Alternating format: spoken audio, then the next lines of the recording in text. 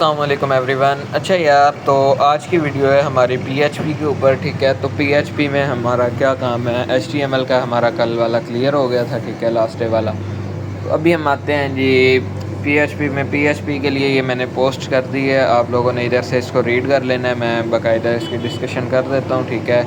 PHP एक hyper text markup language है, ठीक है, प्रोसेसर है, ठीक है। पीएचपी हाइपर टेक्स्ट प्रोसेसर जो एक सर्वर साइड स्क्रिप्टिंग है, ठीक है। मीन ये सर्वर में काम करती है। उसके बाद ये वेब डेवलपमेंट में यूज़ होती है, एग्जीक्यूट सर्वर साइड पे होती है, ठीक है। मीन है एक होता है यूज़र है, जैसे आप कह लो ना सेलमैन है, और आगे से जो है ना उसके आगे चीज़ें सेल करने वाला है, ठीक है। एक डीलर हो गया, एक सेलमैन हो गया। तो डीलर जो चीज़ें देता है वो सेलमैन आगे से सेल करता है। तो यही चीज़ पीएचपी में है। पीएचपी एज अ डीलर काम करेगी और सेलर जो है वो एचटीएमएल होगा, ठीक है।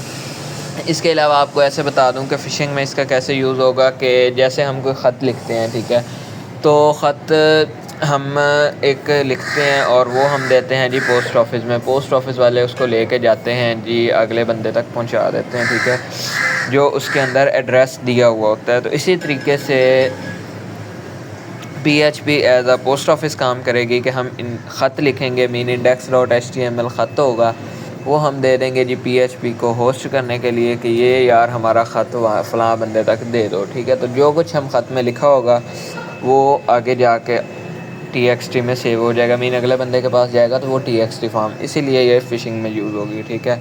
इसका सिंटैक्स इसी तरीके से है कि स्टार्टिंग में ये इस तरीके से लिख के उसके बाद ये जो 3 लाइंस हैं ये प्रोग्राम्स की हो गई, ठीक है, और उसके बाद एंड में ये लगा देना क्वेश्चन मार्क और टैग, ठीक है, ये बेसिक है। उसके बाद जो लाइन स्टेटमेंट होती है, ठीक है, लाइन यहाँ पे एंड होगी, वहाँ पे हम ये टैग का यूज़ करेंगे। उसके बाद सिंबल जो है वेरिएबल सिंबल को स्टार्ट होते हैं जी, ये देख लेना। बाकी पीएचपी में डाटा टाइप उसी तरीके से होती है जैसे पाइथन में होती है, integer, string, Boolean, array, object, ठीक है। पीएचपी में ऑपरेशन जो होते हैं वो ये सारे होते हैं, जमा, माइनस, एंड और वो सारे लॉजिकल, ठीक है। तो उसके बाद आता है जी पीएचपी कंट्रोल स्ट्रक्चर। तो इफ़ एल्स का स्टेटमेंट होता है कि अगर ये शर्त हमारी कामयाब हुई तो देन ये, अदरवाइज़ ये। डू वाइल का भी इसी तरीके से लूप स्विच स्टेटमेंट है, ठीक है, कि एक स्टेटमेंट को दूसरे स्टेटमेंट में चेंज कर देता है। पीएचपी के फंक्शन जो है ये इच, ऑपरेंड, स्ट्रिलन, ये बिल्ट इन है, बाकी यूज़र खुद डिफ़ाइन करता है। यूज़र डिफ़ाइन इस तरीके से होते हैं जो मीन हम खुद डिफ़ाइन करते हैं, मीन उसको बताते हैं कि ये करना है।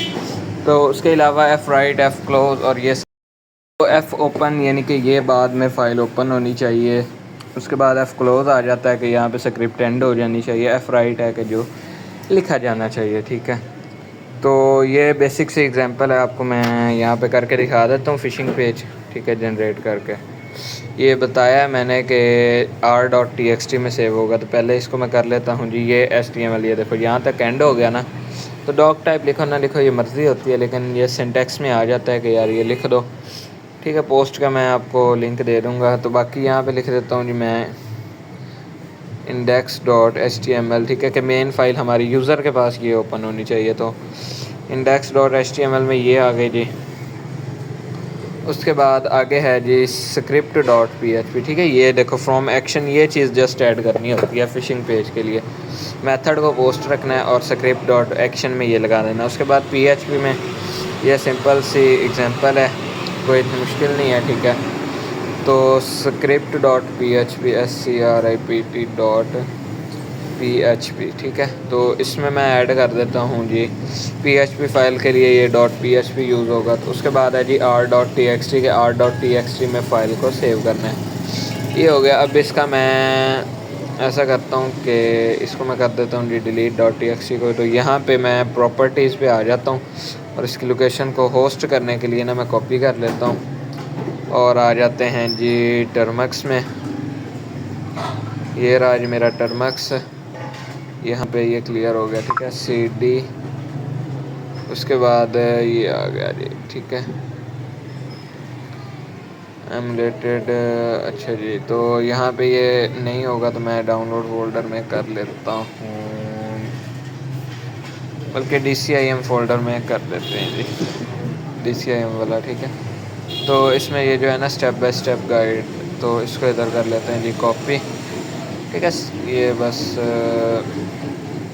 बल्कि वो ही है index.html की, ठीक है। तो cd पेस्ट, ये बल्कि होगा नहीं, यहाँ से हमें कॉपी करना पड़ेगा प्रॉपर्टीज़, और यहाँ से ये हो गया कॉपी CD और पेस्ट। अच्छा जी, नहीं बंदा बन रहा, CD स्टोरेज CDDCIM, ये शॉर्टकट्स के लिए होता है, ठीक है। उसके बाद CDLS दे के देख लेते हैं। आई थिंक इसमें ना वो होगा कॉलम्स का, क्योंकि इसमें मसला है, थोड़ा बड़े वर्ड में लिखा है ना, ठीक है, तो इसलिए हुआ है। तो यहाँ पे देख लेते हैं जी, फोल्डर है स्टेप बाय स्टेप, ये देखा, ये देखो ऊपर से ये जो लगे हुए हैं ना, ये बड़े स्पेसेस जो होती हैं शुरू में, उस वजह से आ गया, इस वजह से वो पहले भी एग्जीक्यूट नहीं हो रहा था। फिर स्टेप बाय स्टेप, ठीक है। अब आ गया ना LS। अब इसको सिंपल सा होस्ट करके दिखा देता हूँ, PHP-S, ये लोकल होस्ट के लिए यूज़ होता है, 0.0.1 और 785, ठीक है। तो होस्ट 3 वर्ड्स पे कर लो, 4 पे कर लो, बल्कि 4 पे ही होगा। PHP-S 1 2 3, अच्छा 7 है, 0.1, उसके बाद 5 6 7 8, ठीक है। तो ये स्टार्टिंग हो चुकी है। तो पहले मैं आपको दिखा देता हूँ, ये कॉपी हो गया। तो यहाँ पे r.txt में दिखा देता हूँ, कुछ भी नहीं सेव, ठीक है। अभी मैं ओपन कर लेता हूँ जी इसको ब्राउज़र में, ये जो होस्ट किया है ना मैंने, इस पर किया है, इसको कर लेते हैं सर्च, ठीक है। तो उसमें कहा है जी एंटर योर नेम, मैं अलोन स्टैंडर्ड का लिख के सबमिट करता हूँ। ये देखो, ये बाद में आ गया जी नेम सेव्ड इन r.txt। तो r.txt को ओपन करते हैं, तो ये देखो नेम आ गया, ठीक है। ये सर्वर फिशिंग इसे कहते हैं, ये स्क्रिप्ट है। तो ये देखो index.html में लिखा था कि जब सबमिट हो जाए script.php वर्क करे, ठीक है, एंटर योर नेम के बाद। तो उसके बाद script.php में आ जाते हैं, ये देखो इच, जो मैसेज बाद में शो होना है वो ये होना है। इस तरीके से फ़िशिंग होती है। बाकी लव यू हो गया। इंशाल्लाह रात को टेस्ट लेते हैं आप लोगों का, देखते हैं आप लोग कहाँ तक हुए हो कामयाब। अल्लाह हाफिज़।